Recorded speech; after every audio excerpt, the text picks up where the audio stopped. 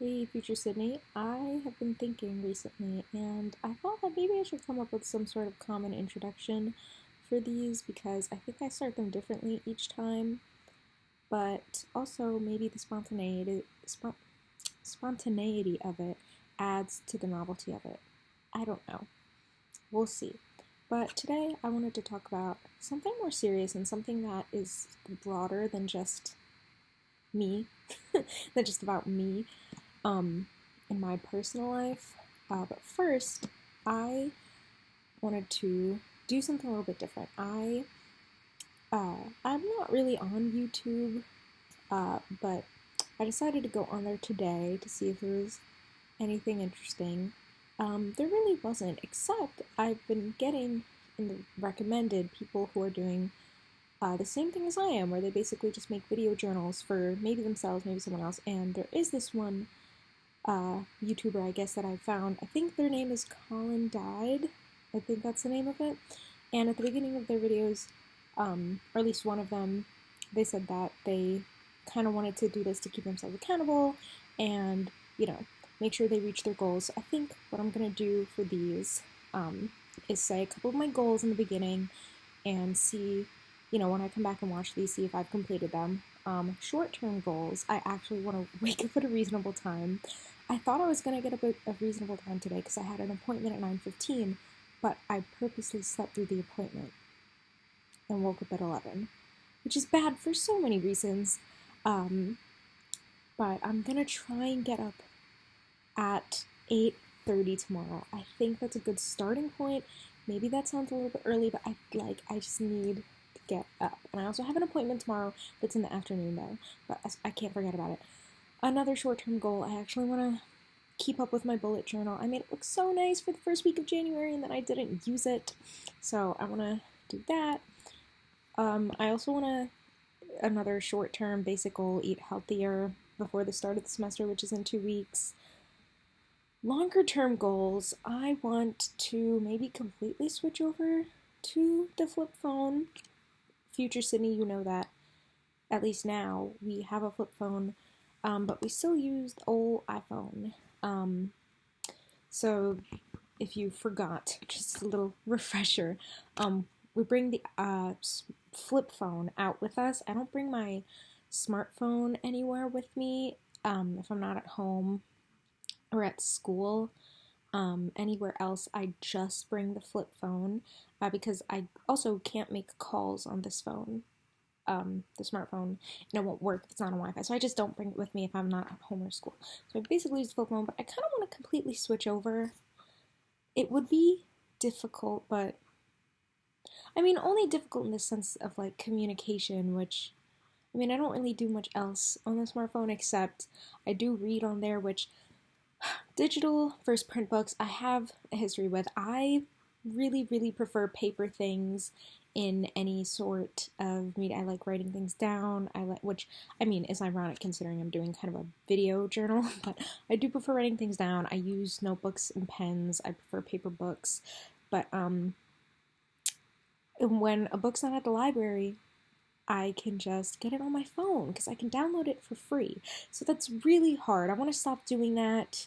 Um, but I don't know. I don't know. There's lots to be said about that, and I don't know. I don't necessarily have any qualms with it right now, but I do just largely read print books. It's just that if the book's not at the library and I want to read it now, I gotta read it on the phone because I'm broke.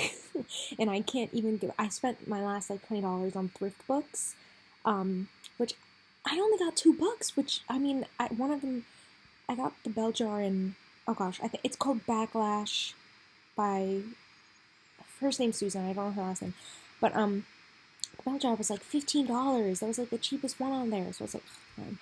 Um, but yeah. So I did want to talk about just like social media. There's a lot of things I have about social media that I have a lot of qualms with it. I've used that word twice. I'm going to stop using it now. But so I haven't had social media. Okay, so in high school, I had an on and off relationship with social media. I would get it, and then I'd immediately delete it because it made me feel bad, blah, blah, blah, on and off. And then in senior year, I got it back to be part of this group chat, and I had it for like 2 years. Um, and then I eventually like deleted it. And the last social media that stuck with me the longest. Rude. Who's interrupting my little diary session? But gosh, what was I saying?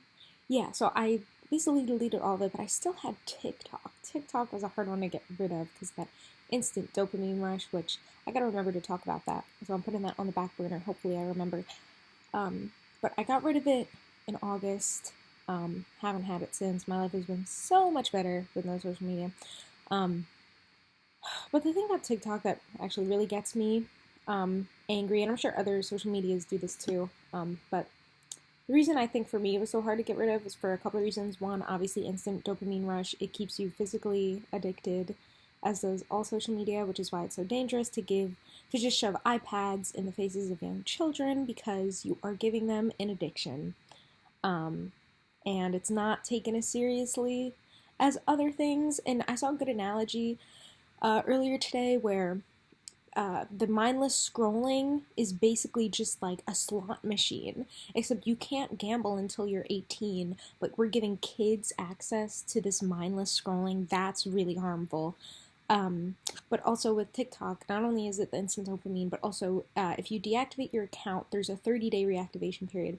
So anytime I would go like 2 weeks without it, but then like nearing the end of that 30-day period, I was like, oh, I just need to get it back. So I'd get it back for like a night, and I'm like, oh, great. Well, now I gotta wait another 30 days for that account to actually deactivate. But I finally made it way back in August, so it's been nice without it. But yeah, another going back to the kids, giving kids instant access to this. I mean, I feel like we've all heard of iPad kids. But like it's scary. Okay, so one, these kids are coming out the womb, and you're giving them access to this, and that's not even to mention like the actual addiction part of it is bad, but also like the content that they're watching is so harmful. And even though like there are supposedly regulations, have you seen the stuff that is online nowadays? Like it may be regulated, like, but it's still horrible. There's horrible content disguised as kids content that gets advertised. It's bad. It's bad. Um oh gosh, what else was I gonna say? That like there's a lot to say about it because you've got that. You've got kids who are not learning how to, role play or use their imagination. Because they're immediately going to the iPad to cure their boredom. They're not reading. Apparently, literacy rates are decreasing. Kids are being passed, even though they're not prepared for the next grade, stuff like that. These kids aren't learning empathy or sympathy. They're not getting the proper socialization they need. And obviously, like, a big part of that is due to the pandemic and learning online, but also just parents shoving iPads in their kids' faces. It's just horrible.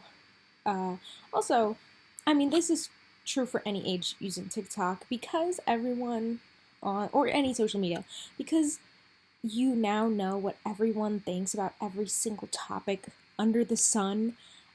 That makes you a lot more self-conscious even if you don't realize it. Like, it's not just comparing yourself to others, it's now you know what everybody is thinking all the time. So anytime you make any little decision, if you've seen something on social media talking about that little decision, no matter how niche it is, you've probably seen someone talking about it, you're going to now be thinking about what other people are thinking about your decision. That makes sense. It was a very long and convoluted sentence. So it's just scary, and I don't need to know all of that.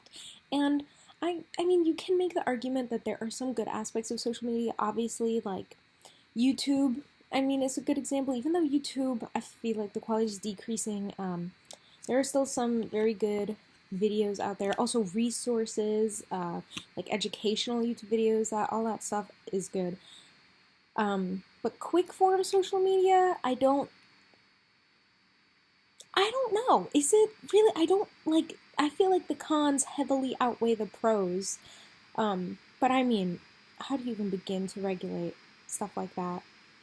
You can try on the government level, but that gets you into, I mean, that's, you could make a whole big issue about that. I'm sure it is. I'm not very politically informed, but I mean, you go into like, oh, freedom of speech, censorship, all that stuff. But then if you try and regulate it on just like the family level, the parent level, a lot of these parents don't care. You know, it's so easy. It's way easier to appease your kid by shoving an iPad in their face than it is to actually spend your time calming them down or, you know, listening to their needs.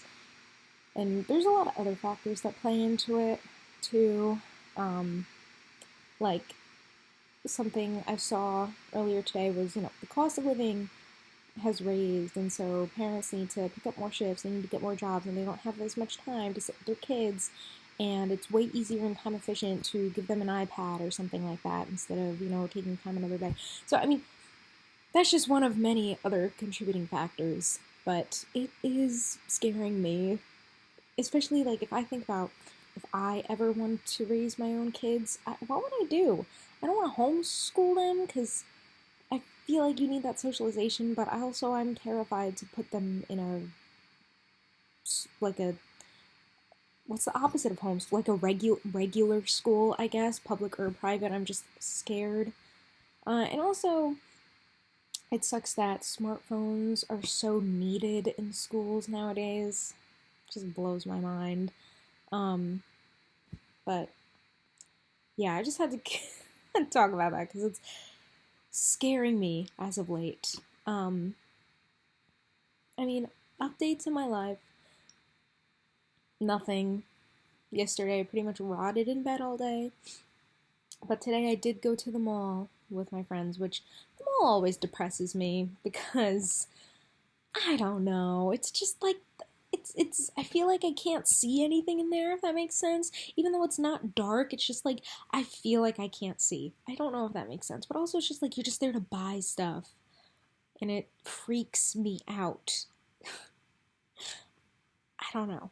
But it was nice to see my friends, even if I was a little freaked out the whole time.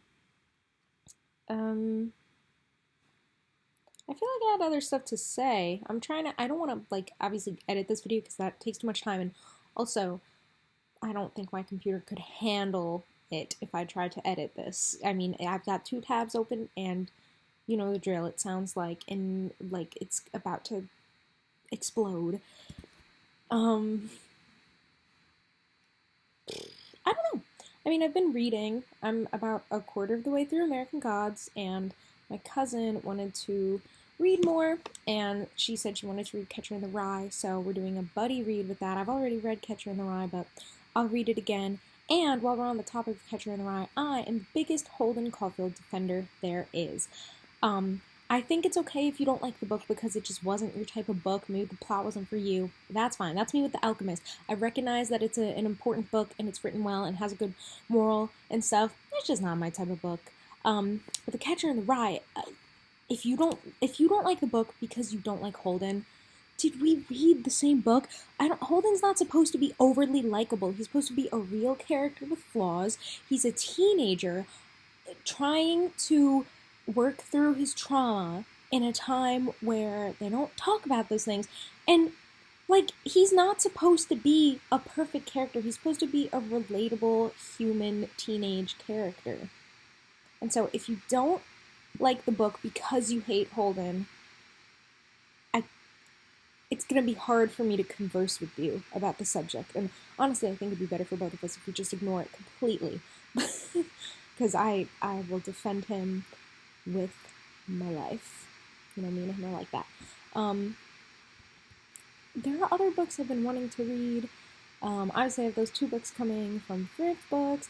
And I always, whenever I'm on Thrift Books, I like choosing the most, like, the least acceptable version. Because on Thrift Books, they have, like, the conditions of the books, and it's like very good, acceptable, you know, stuff like that. I like choosing the least acceptable of them because I hope and pray each time that a book comes in from Thrift Books that someone has annotated it, because that is the best feeling. You get 2 stories in one. You get the story that you bought, and then you get the story of the person who annotated it and you get to know a little bit about their life, and that is so cool to me.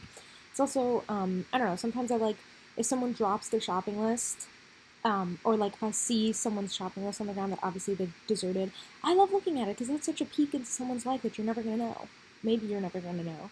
Maybe you've crossed this. I don't know. It's very fun to me. And then you could do the handwriting analysis. It's very fun. Which is why I'm upset that we don't have more used bookstores. Also, ooh, that's another topic I could talk about is, um, so before I got off of TikTok, obviously I knew of Book Talk, um, which is like the reader side of TikTok, and there's a lot of interesting things to be said about that because one, there was the whole like Colleen Hoover thing, and I don't know much about Colleen Hoover.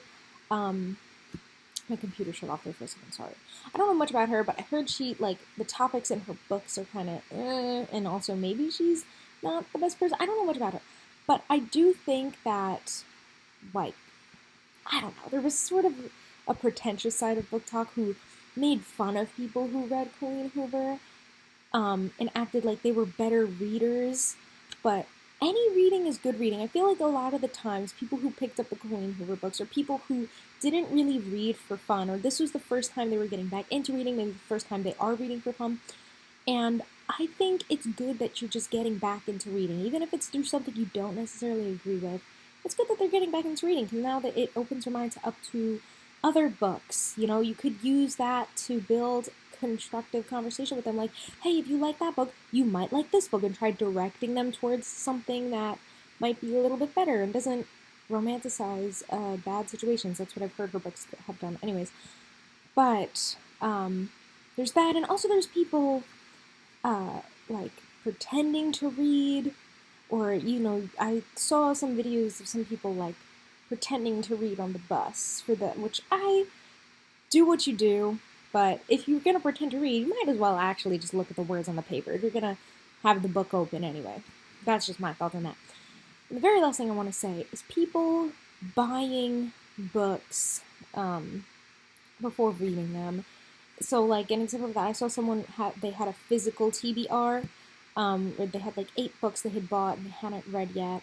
Which, I mean, I am not innocent in that. I've bought a book, um, and it's just sat on my shelf for a while before I actually read it. But I mean, most of the time I either buy secondhand.